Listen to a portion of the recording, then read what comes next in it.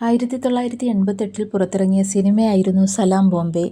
ഈ സിനിമയിലെ പ്രധാന വേഷം കൈകാര്യം ചെയ്തിരിക്കുന്നത് കൃഷ്ണൻ എന്ന കഥാപാത്രമായ 12 വയസ്സുള്ള ഷഫീഖ് സയ്യിദാണ്. മുംബൈ നഗരത്തിലെ തെരുവുകുട്ടികളുടെ യഥാർത്ഥ ജീവിതം അനാവൃതമാക്കുന്നതായിരുന്നു സിനിമ.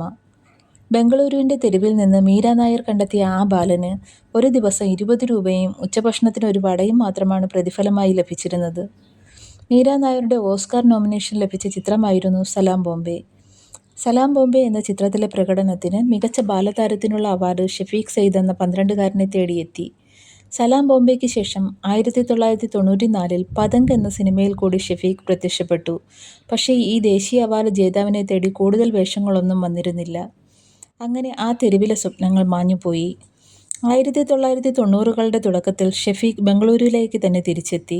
കന്നഡ TV സീരിയലുകളിൽ ക്യാമറ അസിസ്റ്റന്റായി ജോലി ചെയ്തിരുന്നു. എന്നാൽ സ്ഥിരമായി ജോലി കണ്ടെത്താൻ അദ്ദേഹത്തിന് കഴിഞ്ഞില്ല. അമ്മയും ഭാര്യയും 4 കുട്ടികളും അടങ്ങുന്നതാണ് ഇന്ന് അദ്ദേഹത്തിൻ്റെ കുടുംബം. തൻ്റെ കുടുംബത്തെ പോറ്റാനായി ഓട്ടോ ഓടിക്കുകയാണ് ഈ പഴയകാല ദേശീയ അവാർഡ് ജേതാവ്. ആഫ്റ്റർ സലാം ബോംബെ എന്ന പേരിൽ ആത്മകഥ ഷഫീഖ് എഴുതിയിട്ടുണ്ട്. അതിജീവനത്തിന് വേണ്ടിയുള്ള യാത്രയാണ് ഈ കഥയിൽ പങ്കുവച്ചിരിക്കുന്നത്. ഒരു ദിവസം തൻ്റെ ആത്മകഥ സിനിമയാകുമെന്ന പ്രതീക്ഷയിലാണ് അദ്ദേഹം.